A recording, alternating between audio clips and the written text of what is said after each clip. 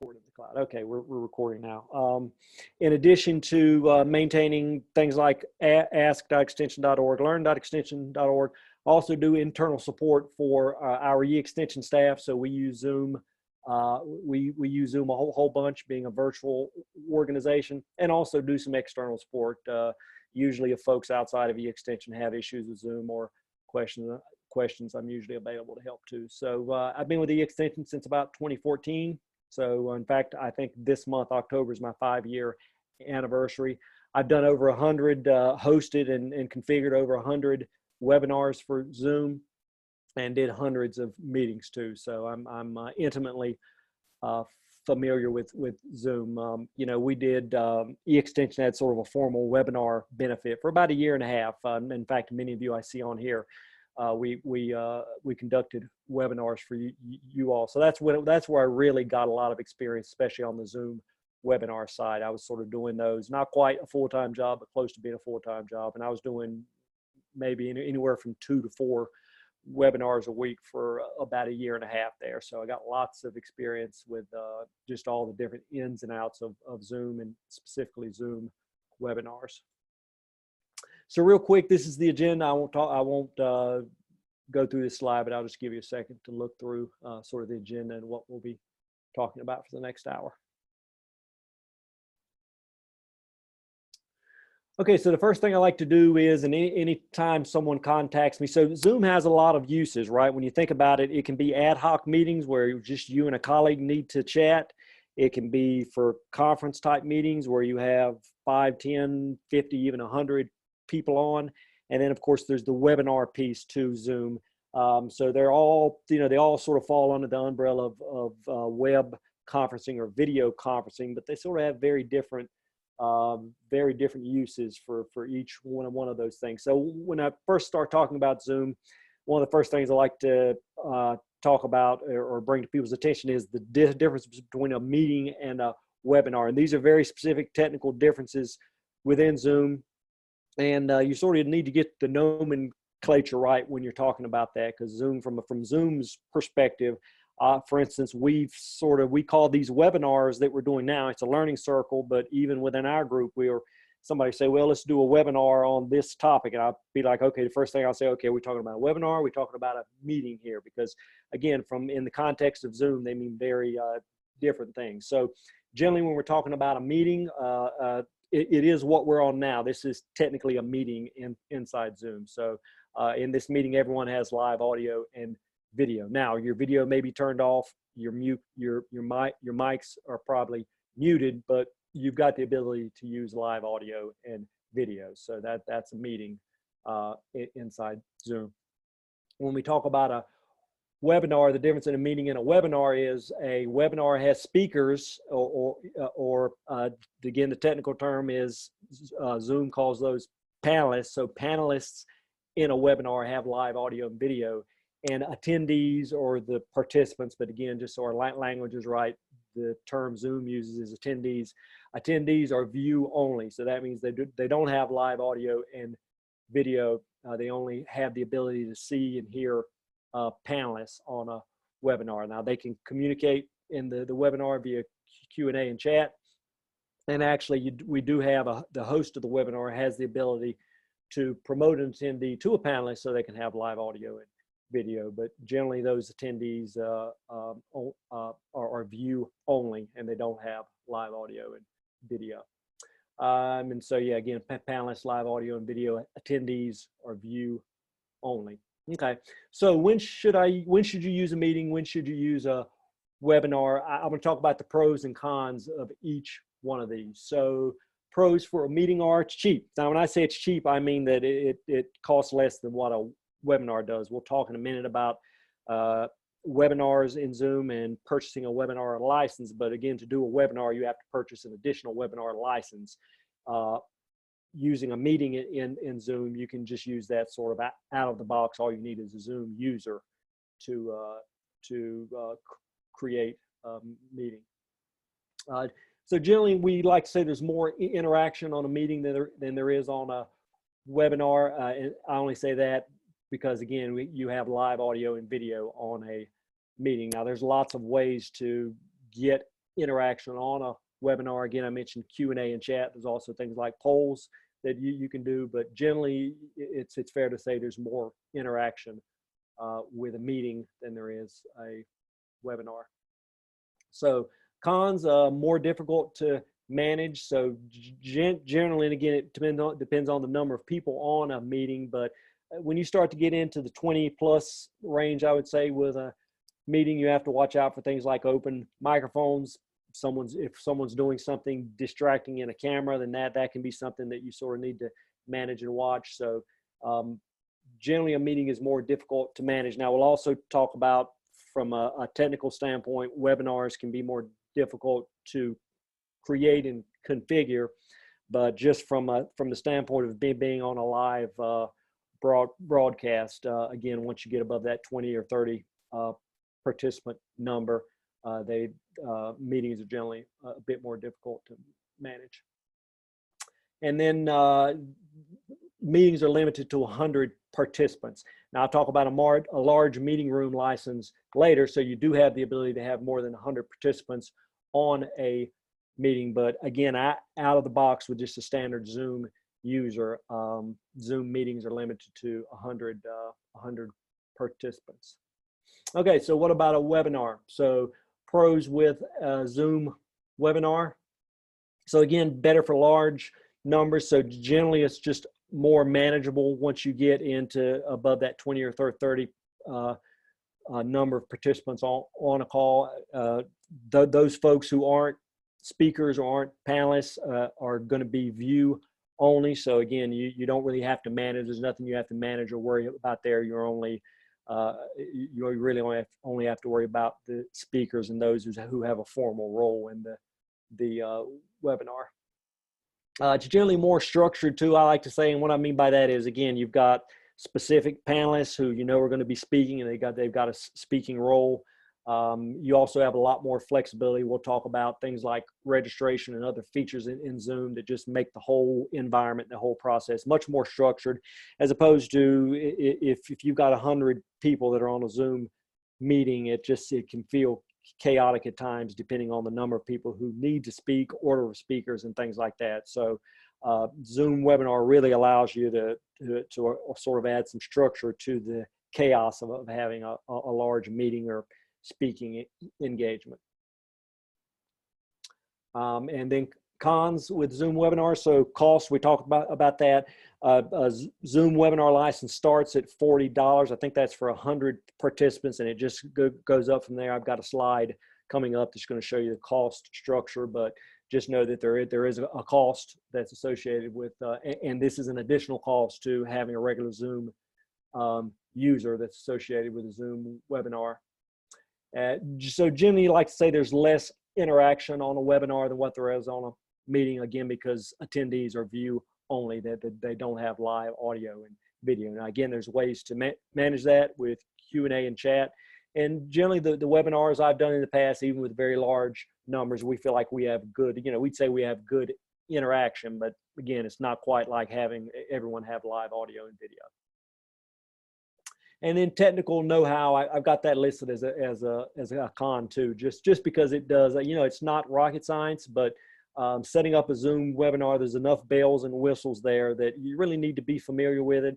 And the other thing is, if you're not doing it on a regular basis, it can be difficult. I've had people that approach me and say, well, we're thinking about buying our own license, but we're only going to do a webinar once a month, let's say. Even that's maybe not frequent enough that that you sort of know where all the bells and whistles and buttons are that you sort of need to click to manage them. So again, there is a certain level of technical know-how that you need to have to host a Zoom webinar.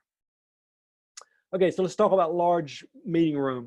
So the large meeting room license is basically the same functionality as a regular meeting. It only increases the number of participants in a room. And again, I'll talk about that. I'll talk about that in a subsequent slide that shows the price structure. But I think currently you can buy a 500 and 1,000 seat large meeting room. So again, same thing as a regular meeting room. It just allows you to have more than 100 participants in a room. Okay, so here's this cost slide.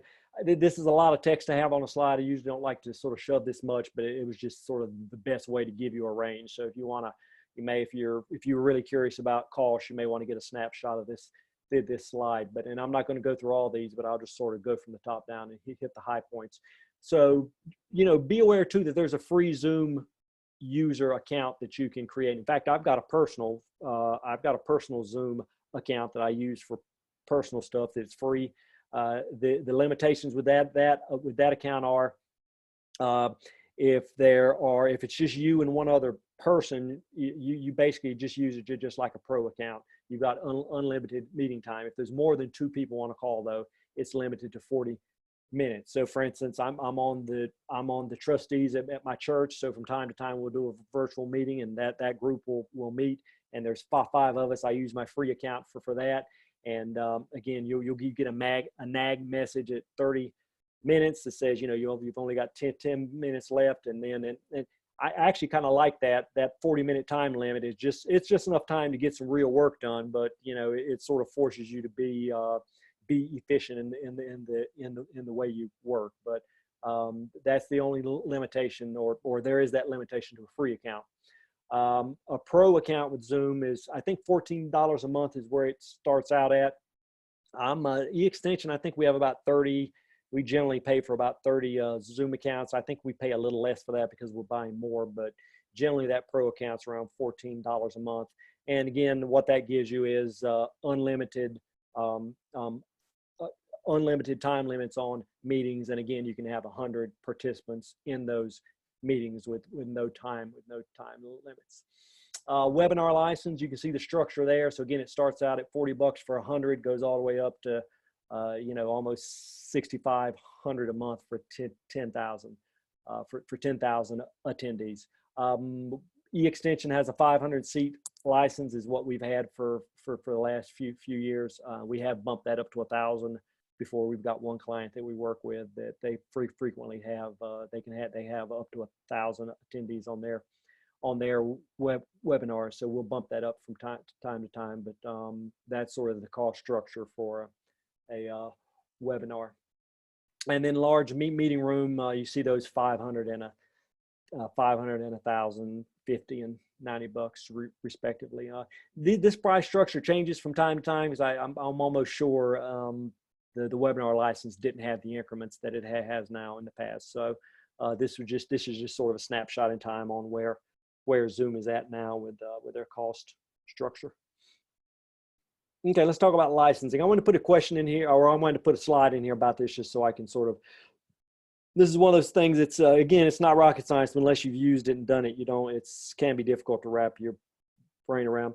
So this is true for the large meeting room license and for the webinar license. So a single license can be passed to other users, but only one user can use a license at a given time. So first off, this is all predicated on you've got an organizational account in Zoom. If you're just a single user, this is not going to apply, because obviously there's just there's one user. But generally, if you purchase Zoom license and you have an organizational setup, you have users that sort of live inside of an organization. So the way E-extension uses this is, again, with the webinar license. Generally, since I manage that license is assigned to me. But for instance, Aaron, if Aaron wanted to configure, set up and create a webinar, I could just assign that license to his user, and he could go in and create his own webinar. And the same thing with the large meeting room license. Whoever has that license at any given time, they're able to have meetings that go up to whatever level that license specifies. So if you've got a large meeting room license that allows 1,000 attendees, I could have it one day, and that would mean my meeting could host up to 1,000 people. I could assign it to Aaron that next day, and any meetings that he has created, then that large meeting room license is going to apply to his user in any meetings that he's host of. So just know that the license structure sort of works that way, and it's an efficient way to use it too. Again, if you wanted someone who, if you have 2 people who once or twice a month need to host meetings with 1,000 people, you don't need to buy 2 different licenses. You can buy a single license and just pass it around between those 2 people. So wanted to add a note about that. And again, that applies to both webinar and large meeting rooms. So I wanted to add a note about alternative hosts too. So Zoom has this concept of alternative hosts. This applies to both webinars and meetings. And basically this allows you to give other users admin, what I'm calling admin rights to a webinar or a meeting room. So I'll give you a scenario on one way it might be used. Let's say Aaron creates a meeting for a group meeting that we're having later in the week, and he does the invites. Everybody knows, has the Zoom room and the time, and let's say he can't show up to that meeting. Rather than cancel the meeting and have me create a new meeting, send out a new calendar invite with an updated link, he could just make me an alternative host for that meeting. That gives me the ability to actually start the meeting and act as host on the meeting. And just so we're clear about that term host, the host of a meeting is the one who sort of quote unquote owns the meeting. They have the ability to mute people, turn their video on and off, as well as kick folks out of the meeting. So that's why it's sort of important to be host. I've been on meetings before where you're not host, and if someone has an open mic or something like that, you don't have the ability to mute them. So just know that you've got this tool called you've got this feature called an alternative host.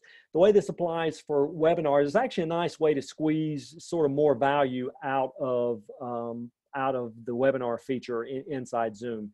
So let's say the webinar, I'll give you another use case as an example of this. Let's say the webinar license is assigned to me. I go in and create and configure the webinar. I could assign Aaron as an alternative host. That would give Aaron the ability to start the webinar and then act as host on that webinar. So again, that's from a sort of a divvying up task standpoint.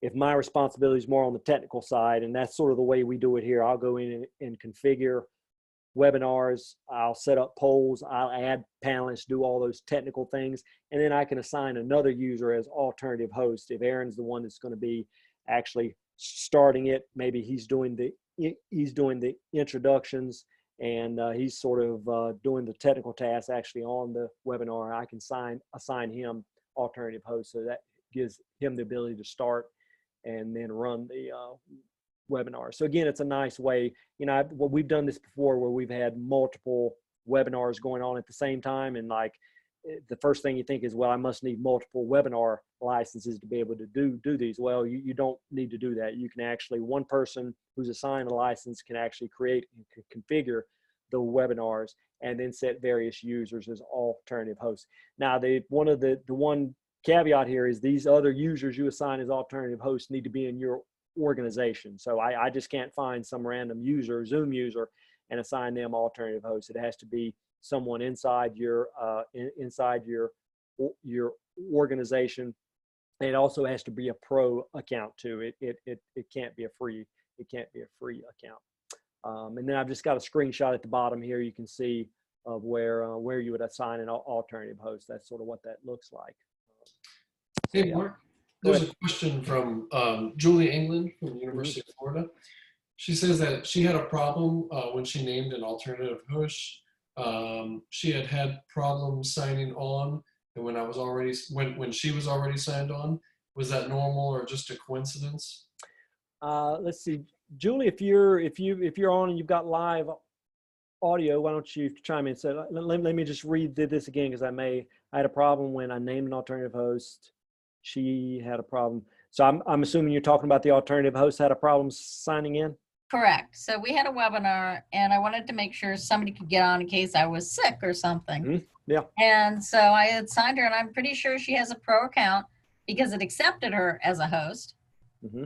But and this was on more than one occasion, that she had trouble signing on, like as in she couldn't sign on. And then when I just took her off as an alternative host and put her on as a panelist instead, she had no problem signing on. Okay. Yeah, I don't know. I mean, the other thing is when you added her as an alternative host, and this is true for webinars and meetings, that person should get an email saying, hey, you've been added as an alternative host. And it also gives you a link, I think, in that email to click, to start. So if she clicked on that link, I mean, my only other thing is I wonder if she either didn't click that link or just tried to. She did, but I'll have to double check with her. But I don't know. I mean, the other thing I've ran into too is if people have multiple Zoom accounts, we have to be really careful about who you're logged in as. I've had people who have had Zoom accounts with either their home organization, but they also had one with us at E Extension, and when they logged in, it's not readily apparent who you're logging in as if you're not careful. So that wasn't a problem, and that she only has one, which is our UF one. So and when she clicked the link from the email, what error do you remember? What error message she was getting? Or no, because she kept trying to sign on. Finally, she signed on as her significant other, and she got on as it was just screwy, but it happened on more than once. So now I just don't assign an alternative host. Well, I would test as a panelist. Yeah, no, I would say you should. I mean, that should work. I've done it. In fact, I do it on a regular basis. We've got sort of an external client to E-Extension now. Now they've got an E-Extension Zoom user, and I do that every month. In fact, they do a monthly webinar, and I sign her as an alternative host, and she runs the webinar each month. So the other thing I'd say is just practice it. Create a fake test webinar, assign that users a multiple as an alternative host, and then have them log in and see. And if they can't, then and if you have issues, then submit a support ticket to Zoom so you can find out what's going on. Okay, thank you. Yeah, sure. Okay, let's talk about, let's see, did I say anything? Yeah, I think I covered all alternative hosts. And yeah, please, folks, if you have questions, if you sort of ping Aaron, it's tough for me to do the presentation and sort of watch chat. So yeah, if you want to put a question in chat, and then Aaron, if you'll watch that, feel free to jump in with questions. Registration. So registration's available to both webinars and meetings. A lot of people, I think, maybe don't know about it in meetings as an option. So basically, obviously, it's a list of people who are going to attend a given meeting. So when would you want to use registration? So it's good for reminder emails. I like to use it that way. So again, an example. So if this is a weekly team meeting, you probably wouldn't want to do registration for that, right? I mean, that's, you sort of know, everybody knows when you're going to meet, and so that's not. But for instance, something like the call we're on now, this is a meeting. Now, we used a Google form for the registration in this case, but we could have turned on Zoom registration for this meeting and use that. So a couple of nice things about that. So what happens in that case is, rather than sharing the meeting link, and I'll show you on a subsequent screen here what it looks like. There's just a small checkbox that you check inside a Zoom meeting settings to turn registration on.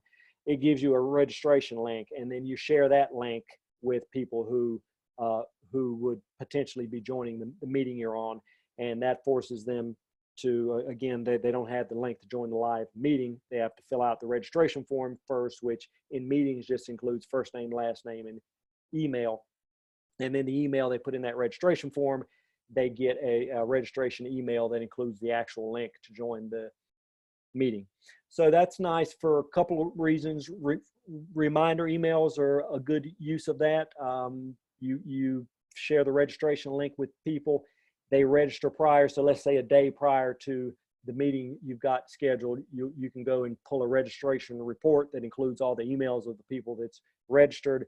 And then you can send a reminder email to those folks. Or let's say maybe there's some, materials you want to share, PDFs, Google Drive, things like that, that you want to share with people. Then you've got a list of people that have registered for a given meeting or webinar. Lots of options inside Zoom webinar registration. For meetings, you don't have any options for custom questions. You can only, it's just first name, last name, and email address. But for The webinar registration, you can do custom questions there. And I think, yeah, I've got an image here. So this is what the meeting registration looks like. And if you see over here, it's kind of small, so you may not be able to see it real well. But again, all there is a registration checkbox. When you check that, it'll give you a registration link for that meeting. And then that's what you would share with people that you might want to attend in the meeting.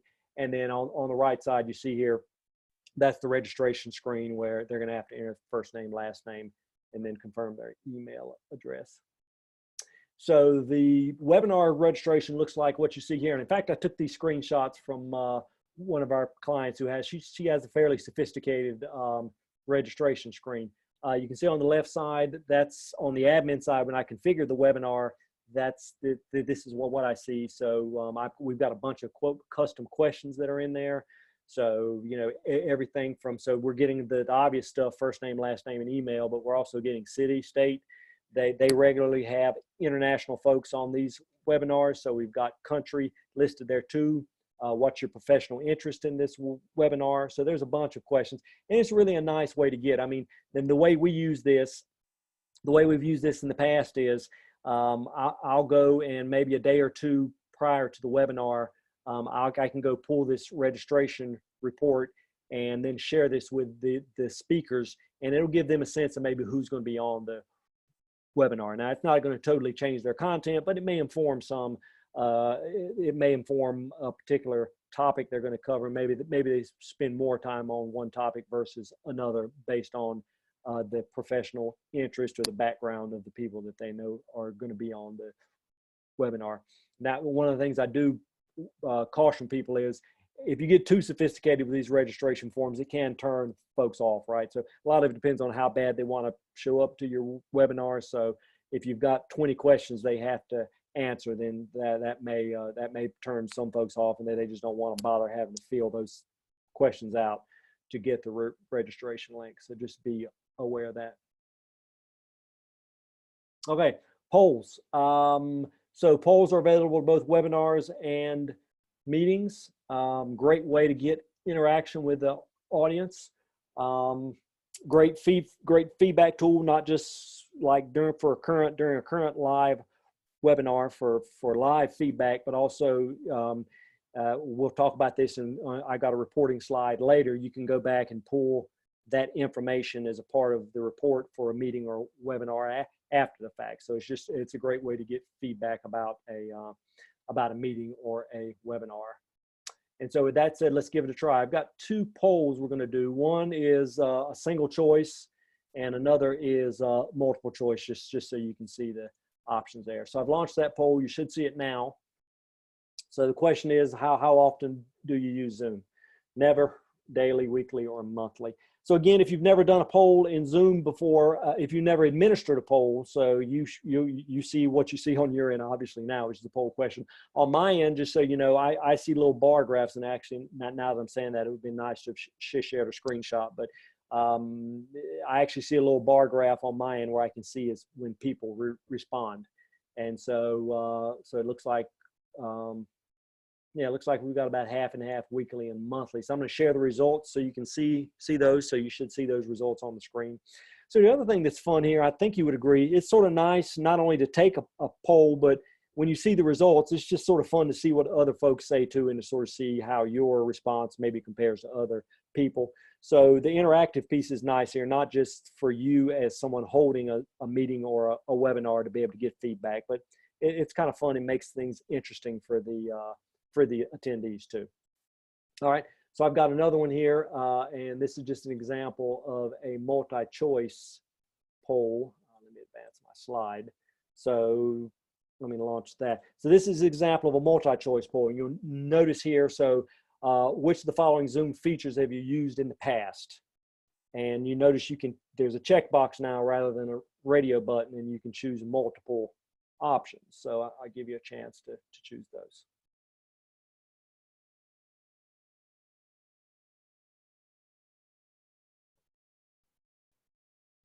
I mean, the other thing you do is I'll, as the host sort of running and launching the poll, again, I can see the results as they come in. I can see the percentage, and usually, and this is what it is now. I'm at about 80% now, and I usually tell people that that's the number I look for to end the poll, because for whatever reason that 20% just either doesn't want to participate, or maybe can't. You never know if there's some technical reason on their end. So yeah, I'm at 80% now, which is usually where it ends up at. So I'll end a poll and I'll share the results. So we've got a fairly sophisticated group here. Most, more than half of you have done webinars as speakers and as attendees, registration, screen share, alternative hosts. So yeah.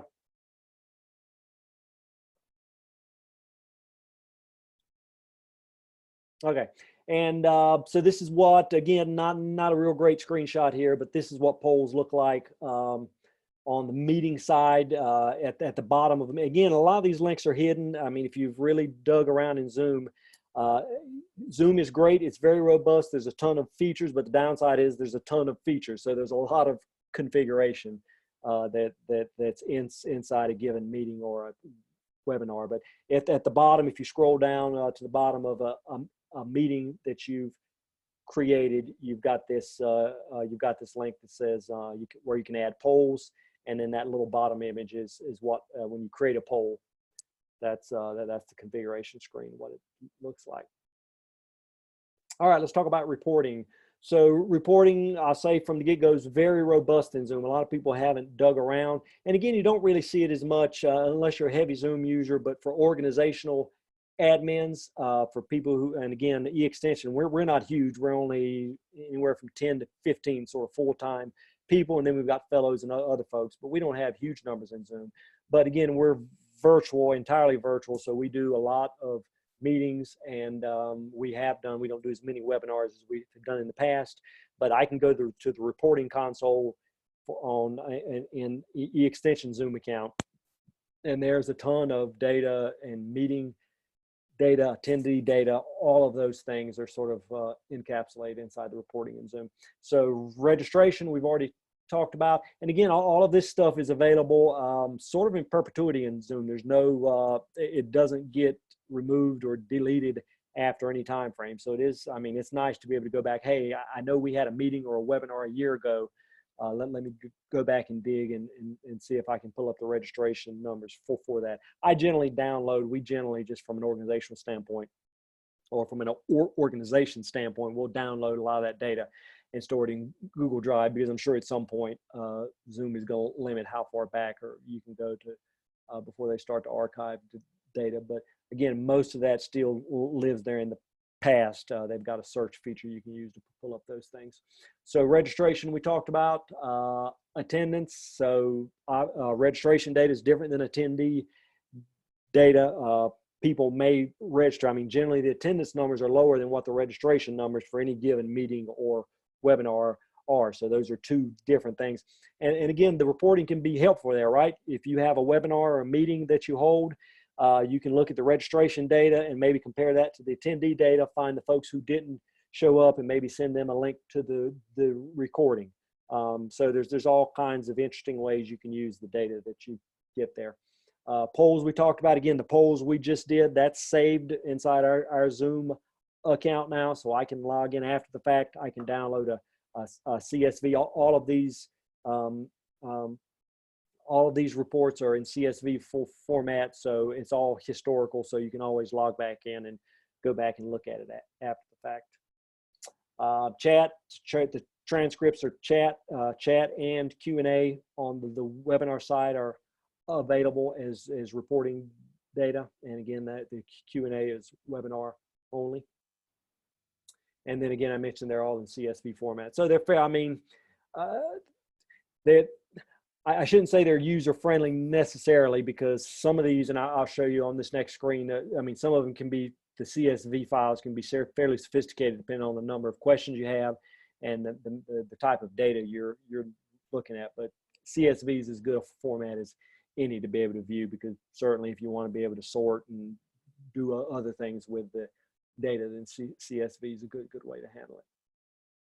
So this is just one view of the reporting screen. This particular one is the webinar reporting screen. So you can see you've got date ranges there you can filter by, and if you notice those radio buttons on the report type, you can get a registration report, attendee report, performance report, Q&A, poll.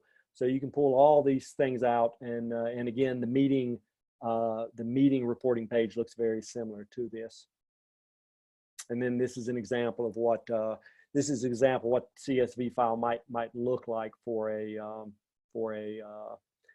webinar or a meeting. And this particular, I think this is a registration report, but again, the attendee report looks very similar to this. And again, these are very robust. If you go in and dig into the data for each of these users, you can look at what time they joined the webinar, what time they left, how many minutes that they were on. There's an attention number. The term is escaping me right now, but basically it's the idea is your Zoom sort of has a technology in place to tell how much attention people are paying to the webinar. And I think basically what it is if the Zoom window is in focus, then you're getting points. If it's out of focus, so if somebody clicks off that window, and let's say they're clicking inside a web browser or some other software program, then that score goes down. I think it's an attentiveness score is what they call it. But again, it's just an interesting way. If you really want feedback on how well your meetings or webinars are doing, you can look at that attentiveness score and get a sense of how engaged folks are by whether they've got the window in focus or not. Okay, recording.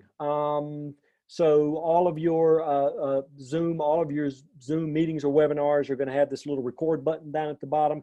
Now, in fact, as Aaron saw, you heard it when we were recording this. It's there for everybody. In fact, you all probably see it too. But if you clicked on it now and tried to record, I think you'll probably get a message that says the host hasn't given you rights to record, or something like that. So generally, only the host can record a webinar. The host has the option to make other people on a call either co-host, or they can make someone else host. And I've actually done that before, where I've been on a meeting. I had to leave for whatever reason, but I wanted someone else to have the ability to be able to mute people and sort of run the meeting. I made someone else host and then left the webinar. So, or the webinar or meeting, you can do that with both of those. So. But recording, so you can record either locally or inside the cloud. So cloud recording is only available to pro accounts. Free Zoom accounts don't have that option. For pro accounts, you've got up to one gig. I think it's per user, because I think we have our default at eXtension is 30 or 40 gigabytes, and you can purchase additional cloud storage if you want. Just to give you a sense of the recordings in Zoom and their size, an hour-long presentation in my experience is around 600 megabytes. So with a gig, you've only got you're using up more than half your storage, let's say in an hour meeting. So you don't have a ton of space. I generally record mine locally unless I know I'm going to be sharing it with someone else. I'll generally record them locally because again, in fact, as the administrator of Zoom, I'm always watching our cloud storage, the amount of space we've got, and every few months I have to send a reminder to folks and tell them to go in and prune old recordings. But yeah, and then just a note about the local recording locally too. People often don't know where that's at. It's sort of buried deep. I think for Windows users, it's in user / or your username / documents, and then there's a Zoom folder inside there. People often do a recording and it records, but then they don't know where it's saved at. So just be aware of your sort of file folder structure and where things get saved at. Rebecca says, any pros or cons for recording to the cloud or locally as far as uploading to YouTube? No. So they're both MP4 files. And even when it's recorded to the cloud, you're going to download it anyway. And that's sort of what I tell people too. I've had people say, well, I'm going to just record to the cloud. And then I'm like, that's going to be another download and upload step for you. At least as far as I know, there's not someone to chime in if there is. I don't think there's a way to upload directly from Zoom Cloud to a YouTube account, although I wouldn't be surprised if at some point they would have that. But no real advantage to to cloud and recording locally versus in the cloud. Again, I'll do it locally just because rather than having to download and then upload it again if I'm going to a third-party hosting site. I mean, the one advantage I would say, not with regard to YouTube, but it is neat that you've got a bunch of sharing options in Zoom. inside the cloud. So when you do a video recording to the cloud, you've got a share option there where you can make it basically viewable to anyone, and you can just share a link that way, and other folks can view it inside Zoom. Hey, Mark, you do have a number of questions that have come in over the last few minutes. So I'll start with the newest and kind of go backwards a little bit. So can you say again where the recording file is saved? So for local, if you're saving it locally, it's going to be on your local hard drive, and it's in the documents folder. I think there's a Zoom. I don't know right offhand, because again, it can change from time to time. But there's a Zoom. I think there's a Zoom folder inside your documents folder on your local hard drive, and then that's where, in fact, each meeting is going to have. Once you drill down into that folder, each meeting or webinar is going to have a separate folder. And then inside that, that's where the recording is going to live. Okay. Now one note there real quick too is if you'll let it process after you do a recording, if you're recording it locally, there's a little window that pops up. Now it often can easily get hidden behind another window, but if that runs, then once it's finished processing, there's a window that pops up that'll ask you if you want to go to that folder location. So it works, if it works the way it's supposed to, and you sort of see that window and click that button, then it'll take you right to the location. But often what happens is people either miss that window or it gets buried in the background. They don't see it. And then so they're sort of lost. Okay, I don't know where my recording is. So just one note of caution there. So are there any pros or cons for recording to the cloud or locally as far as uploading to YouTube? Right. So that's what I was addressing as far as no. And in fact, I mean, so they're both MP4 files. If you save it locally, it's going to be saved as an MP4 file. If it's saved to Zoom Cloud, then you're going to have to download. If you want to upload it to YouTube or Vimeo or some other cloud hosting provider, you're going to have to download it locally and then upload it to that provider. When you download it from Zoom, it's going to be an MP4 format. So the format's the same.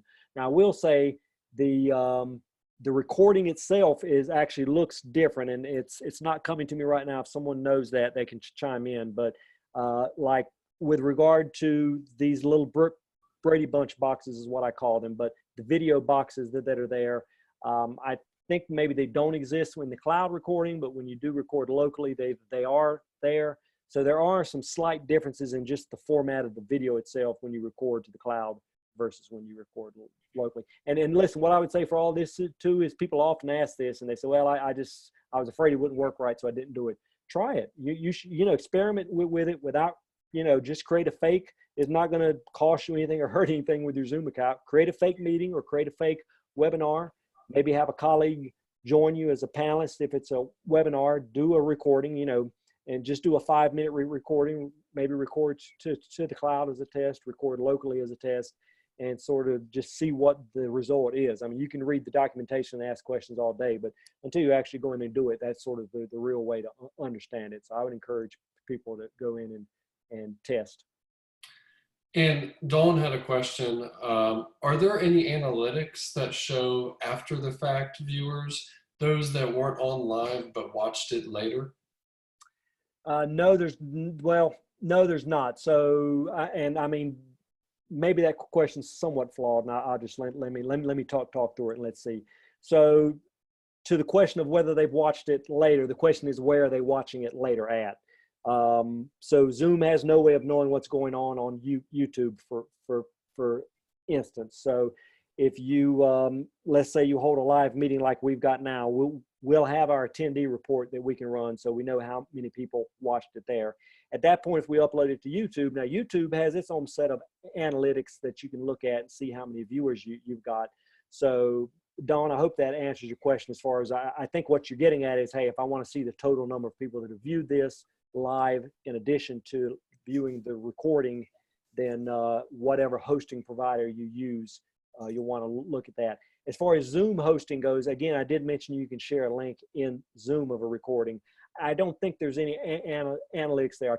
I could be wrong, but I don't think Zoom has any analytics for a hosted video that people would watch. But again, my recommendation would be, if you're truly sharing it to the general public, you're going to probably want it on a provider like YouTube or Vimeo or some other third party like that. And all of those platforms do have analytics that you can look at and see how many people have viewed it. Just a couple more. Lost my place. I'm so sorry. So back to the poll results real quick. Are poll results saved with your meeting if you record it? Just wondering if you can come back to them later. They are. Well, and so it's not a matter of whether it's recorded or not. I mean, the recording is a separate piece. That if you're recording the video, that's just part of the video.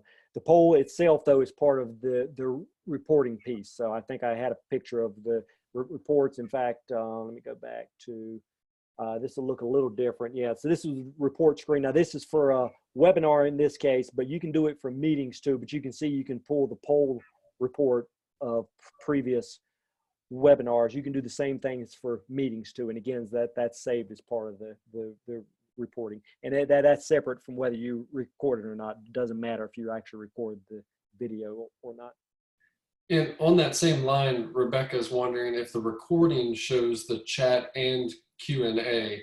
It does not. Okay. Yeah, right. And that people, you have to be careful about, the windows, there are all kind of various windows in Zoom. Like right now I've got the chat up and I'm looking at that. It's a separate window. The recording is just of sort of the video on that main window, and there's no, and I think you can even maybe embed the chat sort of in the same web browser window, but that doesn't show up in the recording. The recording only includes the video. Same with polls too. Like when you launch a poll the way I did, that poll, that question the question that you saw, the results, that stuff is not actually on the video recording. And just one more, are the polls only available with a webinar license? No, they're not. So they're part of the meeting too. And I think that's free. I don't think there's any restrictions there, whether it's free versus pro account. Okay, good questions. Let's see, recording. So I talked about local versus cloud. Auto record, I just sort of mentioned this as a feature many people use. A lot of folks at E-Extension do it. Now this can bloat your cloud recording. Well, and it depends on if you're doing cloud or local. But anyway, there's a setting in Zoom, and listen, this is just one of many. There's dozens of features in Zoom that I don't even know about just because I've never used, but I just thought this was one I would mention while I was talking about recording. There's an auto recording feature you can use. A lot of people at E-Extension use this, and they record every meeting. So by default, any meeting that they host, because, and I think probably what this came from is many of us have been, well, and we did it, you saw it here, that it's easy to forget to start recording a given meeting or a webinar. So there's a feature, it's a checkbox inside Zoom. I think you do it at the user level, so each user can choose that, hey, I want to auto record every meeting that I start. It's going to record that meeting. Just a note there on recording, it's sort of good etiquette, and it's courteous to let folks know when something's being recorded. And so I always, just me as a rule, I always like to make sure everyone knows, and I try to do it whether it's a webinar or a meeting. Before I start recording, I just let everyone know on the meeting that you're going to be recording that meeting. Now there's a little icon in Zoom, if you know where to look for it, you know, and everyone can see that it's being recorded. But again, from just a virtual etiquette courtesy standpoint, it's nice to let folks know when something's being recorded. People may speak or share their thoughts, and in addition to their image could show up on a recording. So again, it's just it's good etiquette to make sure people know when something's going to be recorded. And then using a screencast, I have too, and a lot of people, looks like a lot of people chose that as one of the features that they use often inside Zoom. So I won't spend a ton of time on it, but it's a great way to use. Zoom's a great tool to use for screencasting. Again, you can use this with the free account. Just real quick, the way I'll use it a lot is somebody will ask about a software feature or maybe something on a website or something like that. I can spend 15 minutes typing up an email and saying, okay, I'm clicking here and I'm doing this. Or what I'll do is I'll just start a meeting up in Zoom. I'm the only attendee, the only participant in that meeting. I'll share my screen and then hit the record button. The audio is turned on, so I'll talk them through what I'm doing while I'm sharing the screen, while I'm on a particular website. and it may only take 5 or 10 minutes to record it. I'll stop sharing the recording, save locally. I'll upload that to YouTube and then share a YouTube link with them. So it's great. And I've done it. Aaron mentioned I'm a community college instructor. I use it for my classes a lot too. If I'm doing, if I'm teaching a particular topic or a particular software feature, I'll use the screencast. And there's fairly expensive screencast software that you can buy out there, but again, you can use the free version of Zoom to do it. And it's a great way to create screencasts. Breakout rooms. Okay, we're going to do breakout rooms live. So hang on for that. Let's see, how many folks do we have on here? 30. Good. So we've got a good number. Okay, so breakout rooms. Let's see what I want to say about them. So breakout rooms are meetings only. The webinars don't have the ability to do breakout rooms.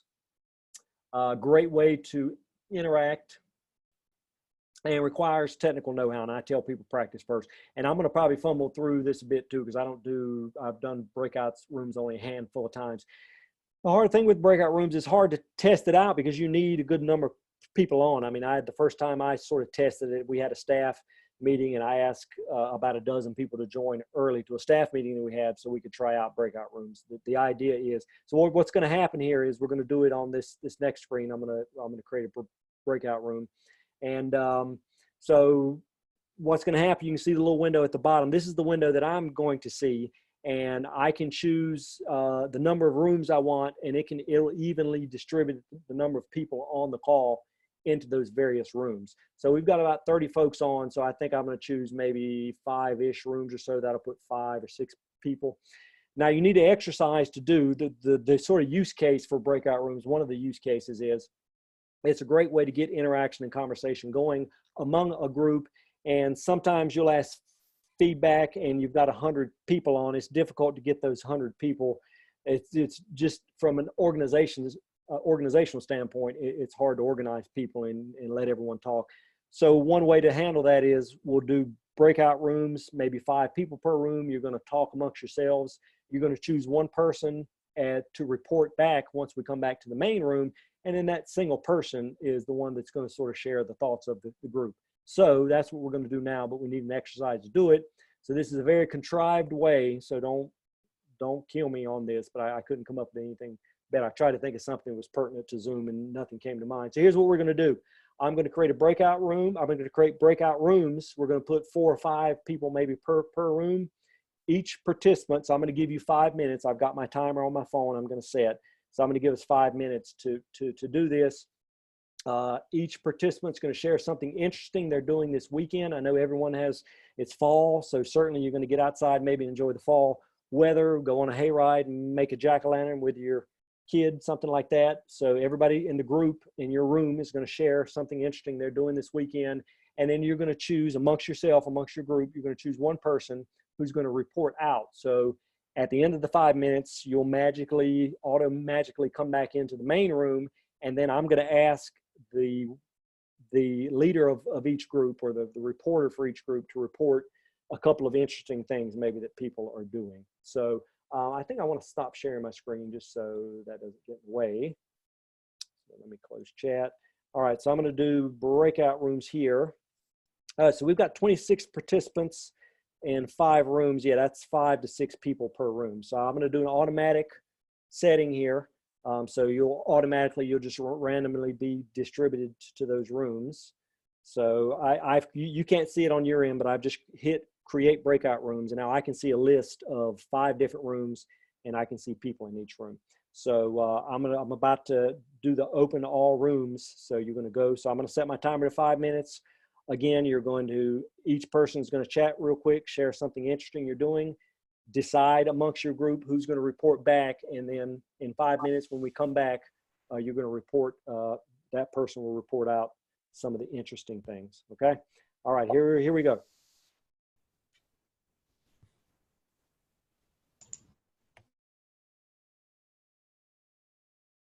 And yeah, if you're still in the main room, just so you'll know, folks, I think you have to accept, you get a message on your end that says you need to join the room.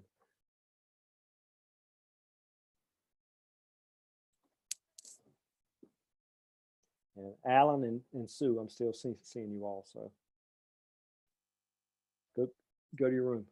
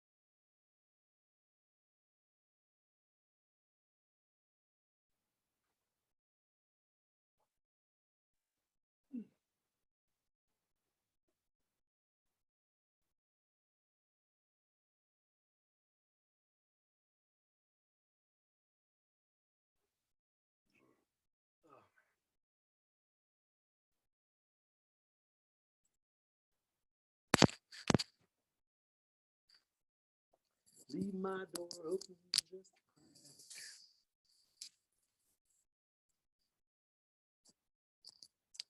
Where's McCoy?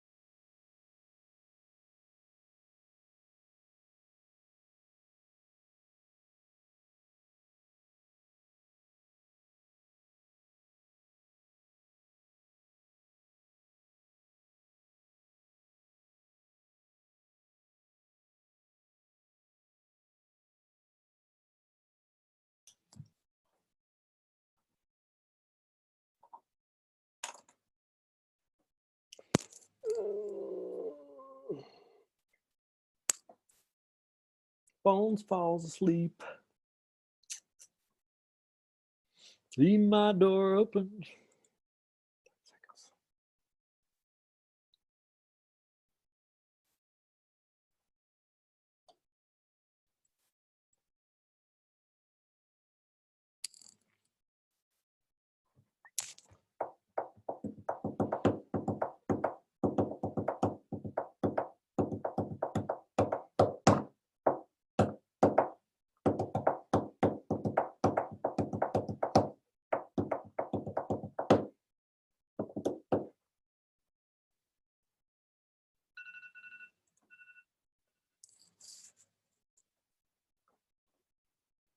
Ah,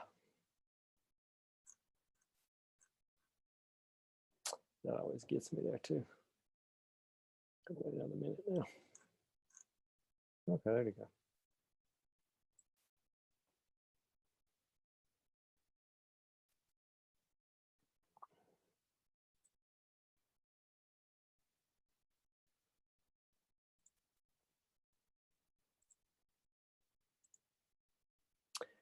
So we'll wait for folks to come back. I always forget that when you click close breakout rooms, it actually takes another minute before it forces people to come back in. So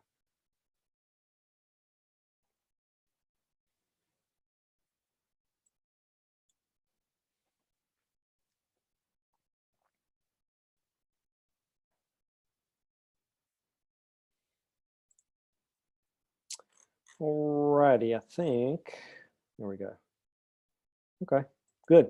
Alrighty, so now we've done our exercise. And again, that's sort of a contrived exercise, but I hope you see the whole point. If you were on again, there's all kinds of things you could do, but if it was a learning event or a teaching event, you might have folks break out in different rooms, have a conversation, come back and maybe report on a particular subject or topic. So at this time, I will ask, just feel free to jump right in. Our folks who we chose as reporters to report a couple of interesting things people are doing this weekend, and you can choose whether or not to reveal who those people are or not. Sure, Mark, I'll go first. Okay. In our group, we have one member that is going to be going out to lunch this weekend and going to the theater with her mom. Another is taking her son to the Art Institute of Chicago, doing some cleaning and decorating. Hold on, I got full screened. And then we have another up at North Dakota State that they're pretty much under blizzard. Their football team's playing tomorrow, and she's attending some weddings. And one other in Minnesota, they're getting some snow today. She's working from home, and she has the 4-H achievement program tomorrow. Okay, so someone else. Hey, this is Wendy, and I had an awesome group of movers and shakers. And in our group, we had Lori, who is also going to that football game. Y'all can wave to each other. And she's in Virginia. And then we had Nicole from North Dakota, and who's going to be shoveling snow this weekend. So if anybody's in the area and needs some assistance, there you go. Again, I'm Wendy, just spending some time with family. And Dawn in Nebraska is going to be spending time with family as well and going to the Miranda Lambert concert. And Natalie in Nebraska is a very busy lady, 2 birthday parties, pumpkin patch. She's got 4 kiddos and a volleyball tournament. So my hat's off to you on that one. Okay. Who else?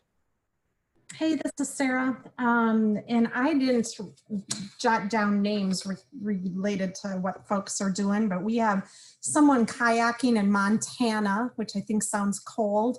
Some quilting, cleaning house, volleyball tournaments. We kind of liked the breakout room. Some people didn't have cameras, so we couldn't see folks, but we could hear everyone. We liked the countdown. I liked the countdown at the end. So we knew when to wrap up our conversation as well. And did you all, real quick, did you all see the 30-second? I said 30 seconds left, I think. Yeah. And again, that's why you really have to test and get feedback, because I think I knew that, but I had forgotten. I don't do breakout rooms enough that even when I say close, then it starts this countdown. And that's really kind of a user flaw on Zoom's part. They should have a better way to do it, or to let you know, because I was thinking as soon as I hit close rooms, you'd come back in, but there was another minute. So, okay, I think we got a couple more groups. Hey, Mark, this is Jeff from Kentucky. Hey, Jeff. We had one of our group, Todd from Minnesota. He has a conference at his church tomorrow. Laura, North Dakota, she's getting a lot of snow too. And not sure, perhaps the wedding she was planning on going to has been canceled, maybe, I think. And so might be working from home. Kelly, also from Kentucky, is working around the house, and I'm headed to a arts and crafts show and a football game tomorrow. Awesome. Who else? Okay, I guess maybe that was all our rooms. So good. So I hope, and I think, yeah, based on the feedback I'm hearing from you all, that sounded like a good exercise. Yeah, I don't know if that was your first time doing breakout rooms or not, but it's really solid. And if some of you might have saw, I popped into a couple rooms. It's kind of fun as the host. I can join rooms and then leave rooms. So again, think about it from a standpoint, if you're leading a meeting and you're sort of handling the breakout rooms, again, you can, okay, we're going to break out into rooms, and hey, at the 5-minute mark, I'm going to go in each room and check in with you and see how you're coming along, and you can let me know if you have questions. And so, yeah, it's a really robust, and it's amazing that it works, because even again, I don't use it that much, but I kept thinking, like, man, I know, like, this thing's going to blow up and folks are going to drop off, but Zoom certainly has the technology down. But again, I would say with a feature like that, practice because it's yeah, there's enough bells and whistles and things that you don't quite know where all the stuff's at unless you've done it a few times. So. And Mark, a couple questions here. Yep.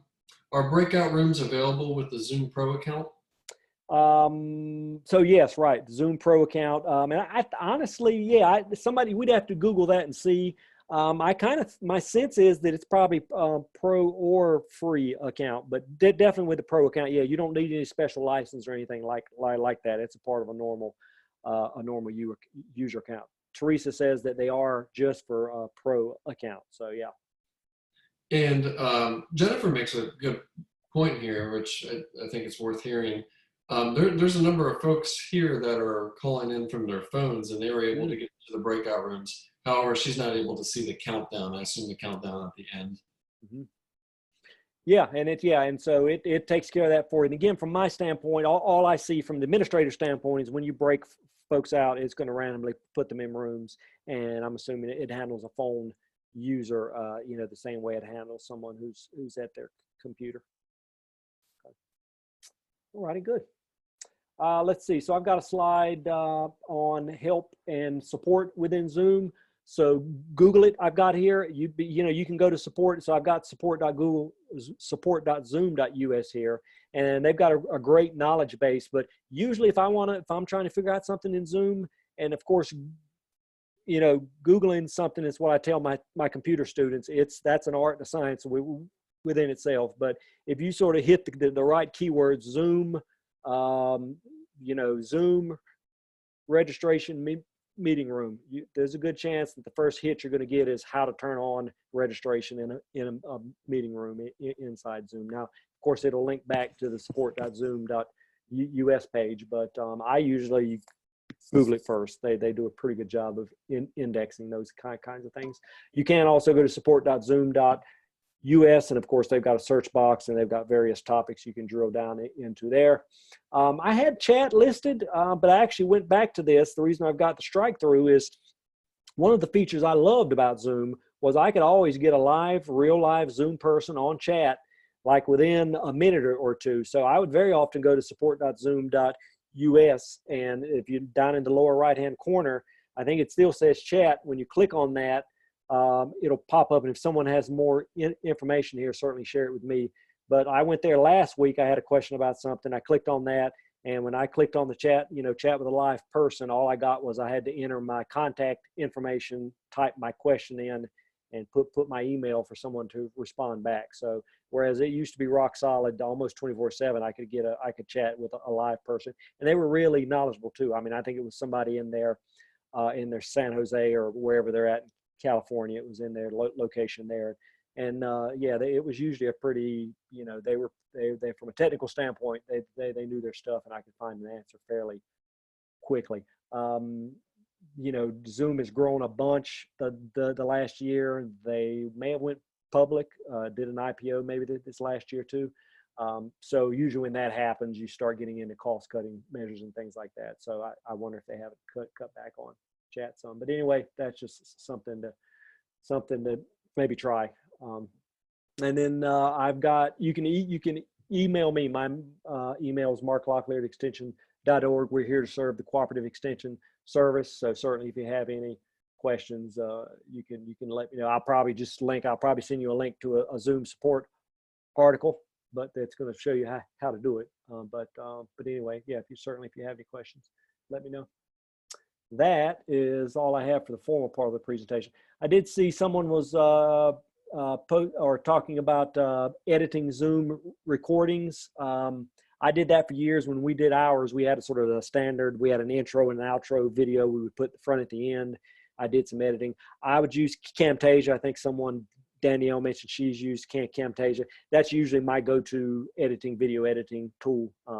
It's simple enough. I'm not real sophisticated in the video editing that I do. And Camtasia is simple enough that I don't. I think I tried Adobe Premiere once, and it just, I'm pretty impatient. If I can't figure it out in 15 minutes or so, I sort of move on. And I think I wasn't having much luck. So usually Camtasia is what I use. Any other questions, comments? So as people might type out their last questions or chime in with their microphone here, I'm going to put one thing in chat, and this is a survey, just a really short 3-question survey about your experience here in this learning circle. And if you don't mind doing that for us, that helps us going forward and refining what we're able to offer all of you. So I'll put that here in chat.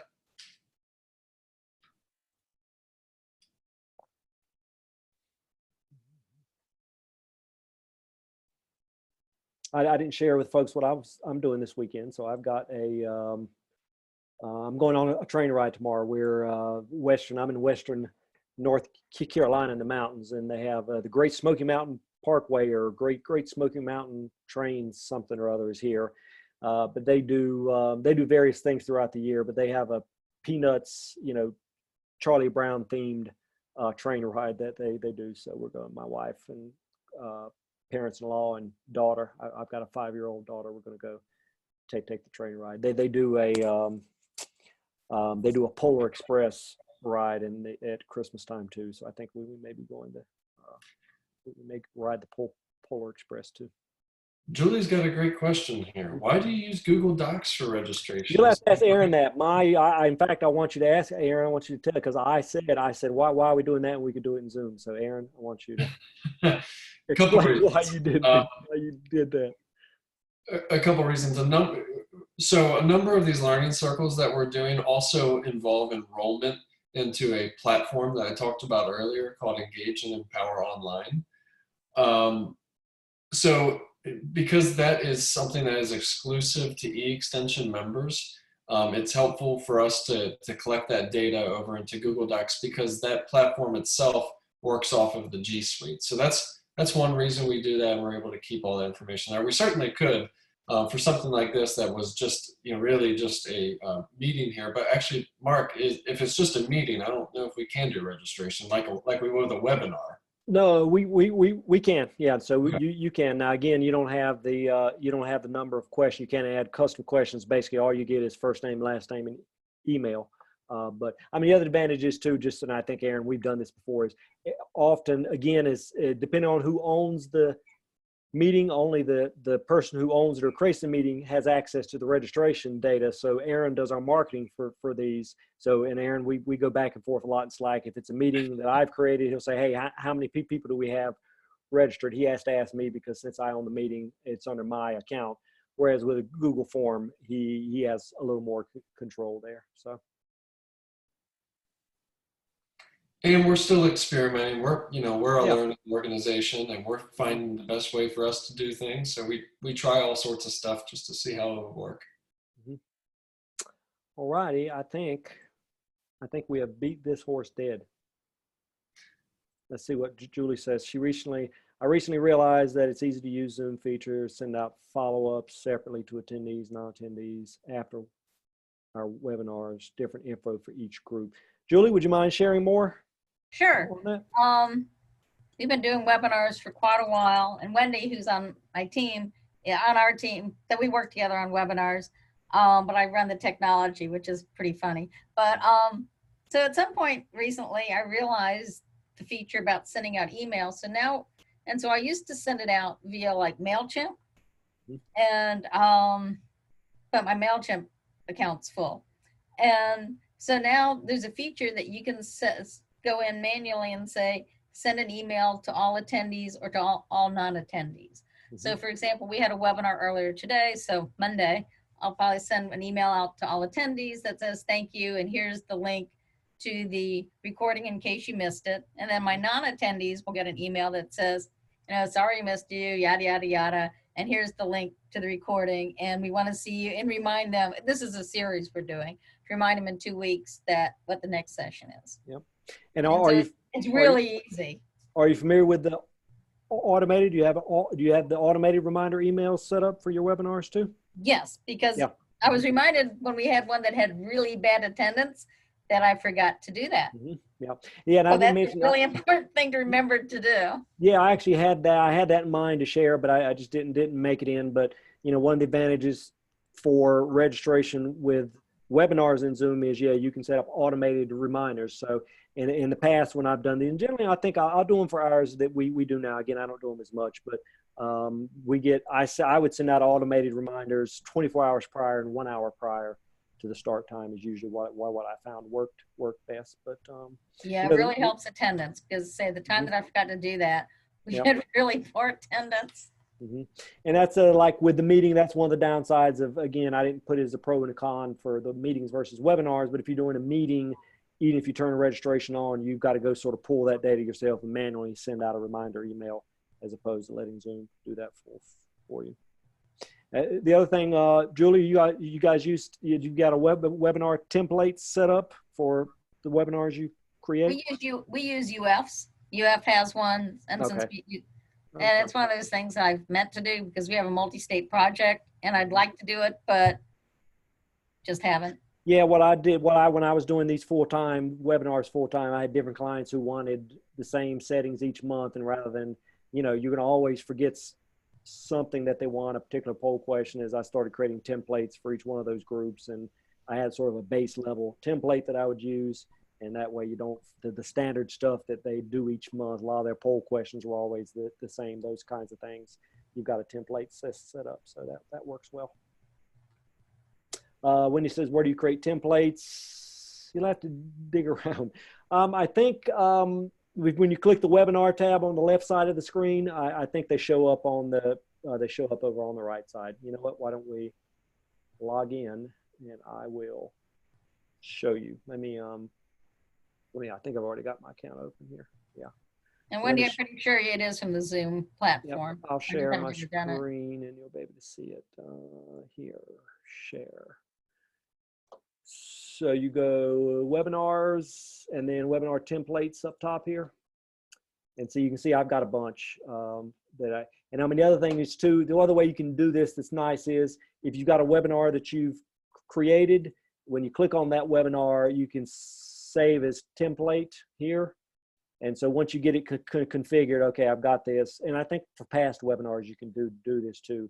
You can save that as a template. So again, it's nice. All these little hinkies and settings and bells and things. You can go in and once you've got those set up, you save it as a webinar. So all those things are already in place. Okay. I think that is all.